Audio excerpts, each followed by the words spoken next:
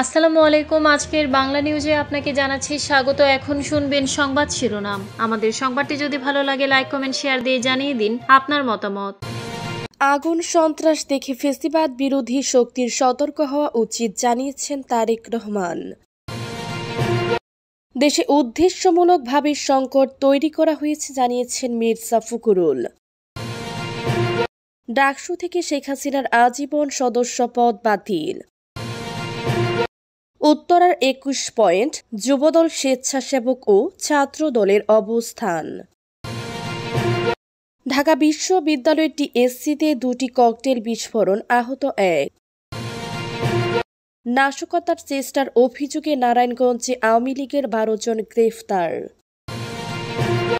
গণভোটের চেয়ে আলু ন্যায্য মূল্য পাওয়া অনেক বেশি গুরুত্বপূর্ণ জানিয়েছেন তারেক রহমান।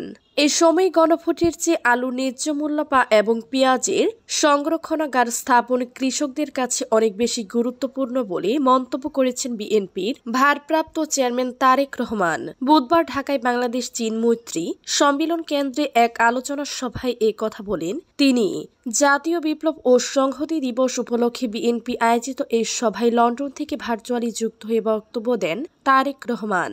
উৎপাদন ও সংরক্ষণ ব্যয়ের অর্ধেক দামেও চাষিরা আলু বিক্রি করতে পারছেন না বলে বক্তব্যে উল্লেখ করেন তারেক রহমান। তিনি বলেন, আলুর চাষ করে আলু চাষিরা এবার প্রায় ৩,০০০ কোটি টাকা লোকসানের আশঙ্কা করছেন।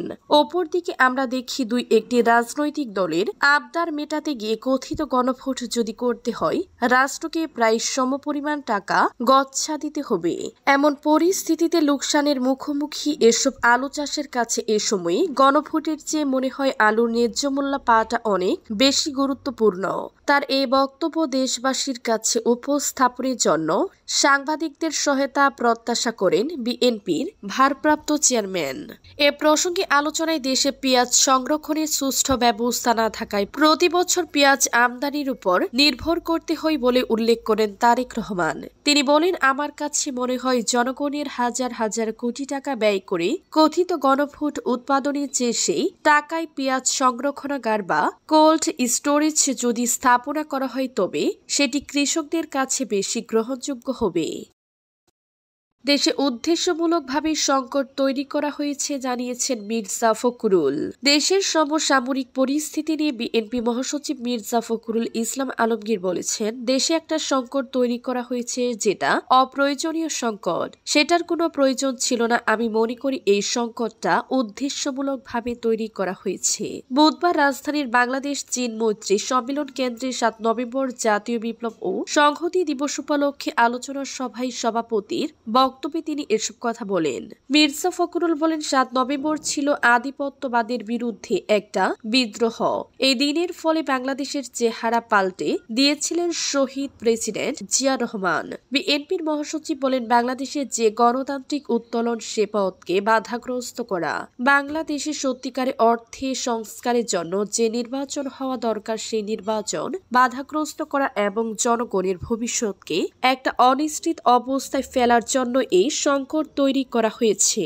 তিনি আহ্বান জানিয়ে বলেন, আসুন আমরা সবাই একমত হয়ে ঐক্যবদ্ধভাবে সব চক্রান্ত রুখে দেই।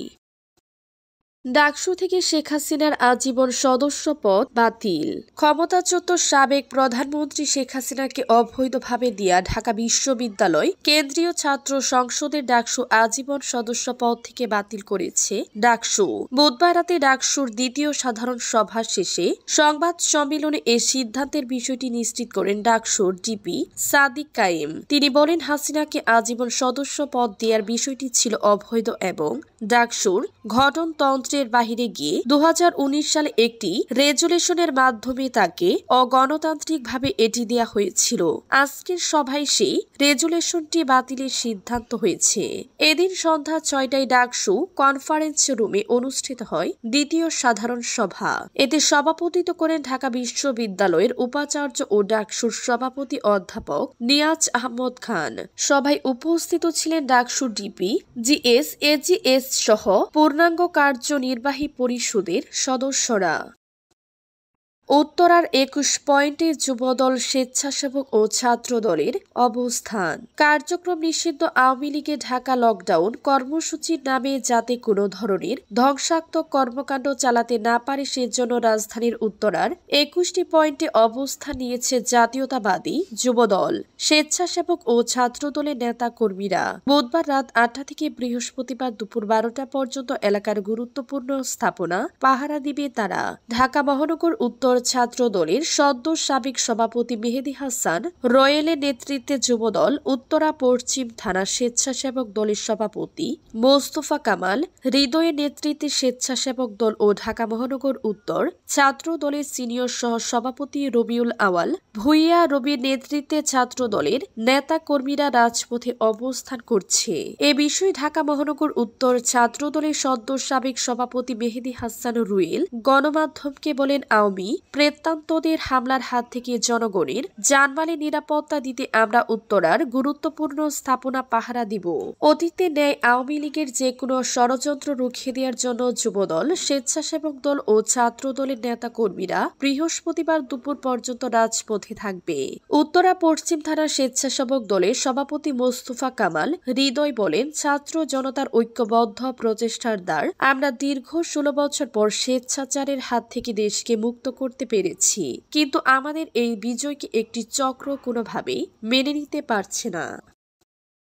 ঢাকা বিশ্ববিদ্যালয় টিএসসিতে ২টি ককটেল বিস্ফোরণ, আহত ১। ঢাকা বিশ্ববিদ্যালয় টিএসসির সামনের সড়কে ২টি ককটেল বিস্ফোরণের ঘটনা ঘটেছে। আজ বুধবার রাত ৯টার দিকে এই ঘটনা ঘটে। এই ঘটনায় একজন পথচারী আহত হয়েছেন এবং রাস্তার পাশে থাকা একটি মোটর সাইকেল ক্ষতিগ্রস্ত হয়েছে। আহত ব্যক্তির নাম জাহাঙ্গীর আলম, চাকলাদার ৪৮। রাত ৯:১০টার দিকে তিনি ঢাকা মেডিকেল হাসপাতালে জরুরি বিভাগে চিকিৎসা নিতে যান। সেখানে তিনি প্রথম আলোকে বলেন, টিএসসি এলাকা দিয়ে আজিমপুরের বাসায় যার পথে কে বা কারা ককটেল নিক্ষেপ করে ককটেলটি বিস্ফোরিত হয়। চিকিৎসকের বরাত দিয়ে ঢাকা মেডিকেল কলেজ পুলিশ ফাঁড়ির ইনচার্জ পরিদর্শক মোহাম্মদ ফারুক বলেন, জরুরি বিভাগে আহত ব্যক্তির চিকিৎসা চলছে, তিনি সামান্য আহত হয়েছেন। এদিকে ক্ষতিগ্রস্ত মোটর সাইকেলের মালিক নাজমুল সাকিব জানান, তিনি ফুটপাতের পাশে বসে চা খাচ্ছিলেন। হঠাৎ একটি ককটেল ছুটে এসে পড়ে, এতে তার মোটর সাইকেলের তেলের ট্যাঙ্ক ক্ষতিগ্রস্ত হয়েছে। প্রত্যক্ষদর্শী কয়েকজনের সঙ্গে কথা বললে তারা প্রথম আলোকে বলেন, সম্ভবত সোহরাওয়ার্দী উদ্যানের পাশ থেকে টিএসসিতে প্রামাণ্য চিত্র প্রদর্শনীকে লক্ষ্য করে ককটেল বিস্ফোরণ করা হয়েছে।